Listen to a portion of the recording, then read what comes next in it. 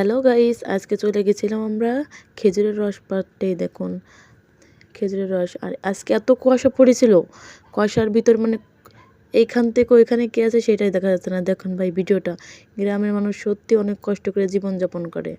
দেখুন কি কুয়াশা, আর অনেক ঠান্ডা, যেমন কুয়াশা তেমন ঠান্ডা। সত্যি গ্রামের মানুষের জীবনযাপন করতে অনেক কষ্ট হয়। এই কুয়াশার ভিতরেও তাদের সব কিছু কাজকর্ম করে তাকে জীবন চালাতে হয়। দেখুন এত কুয়াশা বলার ভিতর বাইরে, মানে অনেক ঠান্ডা, আর বাতাসও অনেক। এর ভিতর আমরা চলে যাচ্ছিলাম রস পাড়তে। কুয়াশা অনেক। এই যে এই খেজুর গাছ, এই গাছ থেকে আমরা রসগুলো পাড়বো। এই যে এখানে অনেকগুলো রস খেজুর গাছ আছে। ওই সামনে দেখুন আমার আব্বু যাচ্ছে। মানে এত কুয়াশা, এই কুয়াশার ভিতরে এইগুলো লাগাতে হবে। ভাই এত কুয়াশা যে কুয়াশার থেকে একটু দূরে গেলেই দেখা যাচ্ছে না। দেখুন তখন কিন্তু সকাল 10টা বাজে, আপনার না দেখলে বিশ্বাস করবেন না। 10টার সময়তে এত কুয়াশা। দেখুন এই গাছ থেকে রস পড়াবে।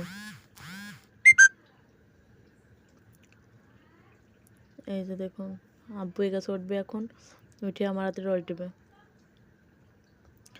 গাছ কিন্তু অনেক বড়, ছোট না গাছগুলো। এই রসটা আমরা এখন গুড় বানাবো। গ্রামের মানুষই এগুলো করে, আমরাও গ্রামে থাকি। তবে এই দেখুন রস কিন্তু অনেক নিজে লইছে। দেখুন ভাই রস, মানে আজকে এত কুয়াশা পড়েছে, সেই অবস্থাটা দেখানো যায়। অনেক ঠান্ডা ভাই আমাদের অবস্থা। দেখুন আমরা পুরো মানে হয়ে গেছি, বরফ হয়ে গেছি। যেমন বাতাস তেমন কুয়াশা। সে রস বাড়িয়ে এনে যে এক এক করে আমরা পাতিলে ঢেলে নেব।